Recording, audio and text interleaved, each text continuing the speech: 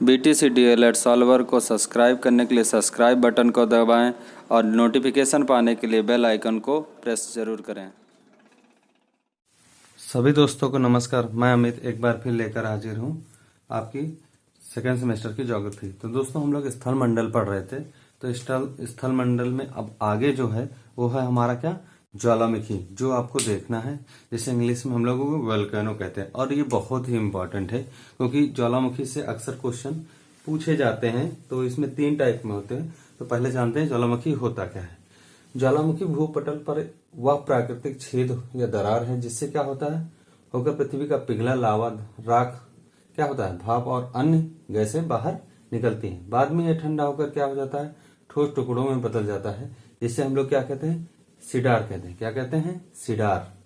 ये याद रख लीजिएगा कि उसे क्या कहते हैं। और ज्वालामुखी जिस भाग से निकलता है, जैसे हमारा ज्वालामुखी यहाँ से उद्गम होता है, तो ये जो भाग होता है उसे क्रेटर कहते हैं। ठीक है, जहां से निकलता है हमारा लावा, ये वाला भाग हमारा क्या कहलाता है, क्रेटर कहलाता है। इसको ध्यान से याद रख लीजिएगा। ज्वालामुखी कितने प्रकार के होते हैं ये जान लेते हैं। और आपको पता ही है पृथ्वी में कितना, उसके आंतरिक संरचना जब पढ़ाई थी तो आंतरिक भाग में क्या होता है, लावा होता है। वही लावा बाहर निकलता है, इसमें बहुत सारी धातुएं होती हैं। ज्वालामुखी कितने प्रकार के होते हैं ये जानते हैं। ज्वालामुखी हमारे कितने प्रकार के होते हैं, 3। सक्रिय ज्वालामुखी, प्रसुप्त ज्वालामुखी, मृत या शांत ज्वालामुखी, जिसमें कभी अब उद्गार ना हो। तो अब एक एक करके करते हैं, हम तीनों ज्वालामुखियों के बारे में जानकारी लेंगे जो हमारे लिए इंपॉर्टेंट है। इसमें से सक्रिय ज्वालामुखी देखते हैं सबसे पहले, जिसे एक्टिव वोल्केनो कहते हैं। ऐसे ज्वालामुखी जिनके मुख में सदैव क्या है, वाष्प, लावा आदि क्या है, पदार्थ निकलते रहते हैं, वो क्या कहलाते हैं, हमारे सक्रिय ज्वालामुखी कहलाते हैं। दोस्तों सक्रिय ज्वालामुखियों की संख्या लगभग 500 है, बट हमने यहाँ 3-4 आपको लिखी जो हम अक्सर पूछी जाती हैं। ज्यादा आपको याद करने की जरूरत नहीं है, बट हमने आपको लगभग लिखा दिया। अगर आप ढूंढ पाए तो और बता सकते हो। वैसे मैं बता रहा हूँ तो बता सकता हूँ, मेरे पास है काफी ज्वालामुखी, बट जो इम्पोर्टेंट मैंने आपको वही उपलब्ध कराया। तो सबसे पहले देखते हैं हवाई द्वीप में। हवाई द्वीप ये हमारे पास पाया जाता है। ठीक है, इसलिए इसमें कौन सा ज्वालामुखी है, किलायु। कौन सा, किलायु, जो इम्पोर्टेंट है उसे देख लीजिए। सिसिली द्वीप में आपका एक ज्वालामुखी पाया जाता है कौन, माउंट एटेना, जो बहुत इंपॉर्टेंट है, जिसे अक्सर पूछे जाते हैं। और लिपेरी द्वीप, लिपेरी द्वीप में क्या पता, स्ट्रॉम्बेली। स्ट्रॉम्बेली को एक खासियत है कि इसे भूमध्य सागर का क्या कहते हैं, प्रकाश स्तंभ कहते हैं। भूमध्य सागर का प्रकाश स्तंभ कहते हैं।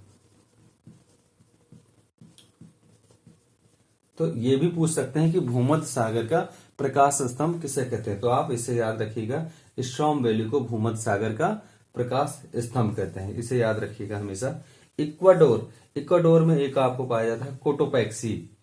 और मैक्सिको में है एक उत्तरी, हमारा जो सक्रिय ज्वालामुखी है उत्तरी अमेरिका में से मैक्सिको के, उससे कहते हैं कोलिमा। कोलिमा बहुत सी सक्रिय ज्वालामुखी जो हमेशा जिससे क्या होता है, लावा निकलता रहता है। और ये कहाँ पाया जाता है, उत्तरी अमेरिका में। तो ये थे हमारे जो सक्रिय ज्वालामुखी हैं। अब हम लोग चलते हैं दोस्तों आपके प्रसुप्त ज्वालामुखी और शांत ज्वालामुखी की तरफ, और उनको भी देख लेते हैं। तो फ्रेंड्स आप देखते हैं सुसुप्त या आपका प्रसुप्त ज्वालामुखी, जिसे कहते हैं डोरमेंट वोल्केनो। ये ऐसे ज्वालामुखी हैं जिनमें क्या होता है, भविष्य में उद्गार होने की कोई संभावना, और उद्गार नहीं हुआ है, बट कभी भी इसमें उद्गार हो सकता है। ये कैसे ज्वालामुखी हैं जिनमें कभी अभी उद्गार तो नहीं हुआ, लेकिन कभी भी इसमें उद्गार हो सकता है। जैसे देख लेते कहाँ कहाँ पाए जाते हैं ये। इटली का सबसे ज्यादा इंपॉर्टेंट ये है विसुवियस, जापान का आपका फ्यूजियामा, और इंडोनेशिया का आपका क्राकोटोवा, और अंडमान निकोबार द्वीप में ये अपने यहाँ पाया जाता है, जिसे कहते हैं नारकोडम। अंडमान निकोबार द्वीप कहाँ है, हमारे पूर्वी भाग के सबसे निचले भाग में, दक्षिण वाले भाग में नीचे पाया जाता है, वहां पे है अंडमान निकोबार द्वीप में नारकोडम। और दूसरे ज्वालामुखी हैं जो हमारे क्या हैं, शांत ज्वालामुखी। शांत ज्वालामुखी कितने हैं वो देख लेते हैं। ऐसे ज्वालामुखी जिनमें निकट अतीत में क्या है, उद्गार नहीं हुआ है और ना ही पुनः उद्गार होने की संभावना, यानी ये ज्वालामुखी ऐसे ज्वालामुखी जिसमें अब भविष्य में कभी लावा या मैग्मा नहीं निकलेगा, ऐसे ज्वालामुखियों से। तो ये वो ज्वालामुखी है। इन ज्वालामुखियों में देख लेते कौन कौन से। म्यांमार का एक क्या है, पोपा ज्वालामुखी है। तंजानिया का एक किलिमंजारो है जो इम्पोर्टेंट है, इसे याद कर लीजिएगा।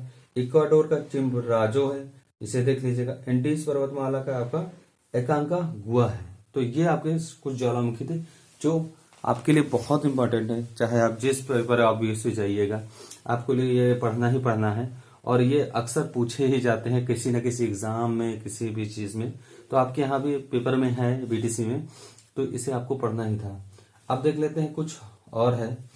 जो विश्व का सबसे ऊंचा ज्वालामुखी कौन सा पर्वत है? काकाटोआ पैक्सी पर्वत है, जहाँ पे पाया जाता है। कहाँ पे? ये आपके शांत सक्रिय ज्वालामुखी में था, वहां पाया। इसकी ऊंचाई 19,613 फीट है, इसे याद कर लीजिएगा। विश्व की सबसे ऊंचाई पर स्थित शांत ज्वालामुखी कौन है? एकांकागुआ है। कौन सा है? एकांकागुआ है, जिसकी ऊंचाई 6,960 मीटर है। तो फ्रेंड्स, ये थे आपके ज्वालामुखी। तो कृपया आप इसे पढ़िए और याद करिए। और हाँ, हमारे चैनल को लाइक और शेयर सब्सक्राइब बिल्कुल करते रहें, क्योंकि मैं आपके लिए मेहनत करता हूं, तो आप मेरे लिए भी कुछ करें। तो धन्यवाद दोस्तों, अपने फ्रेंड्स को जाने की अनुमति दीजिए। Thank you.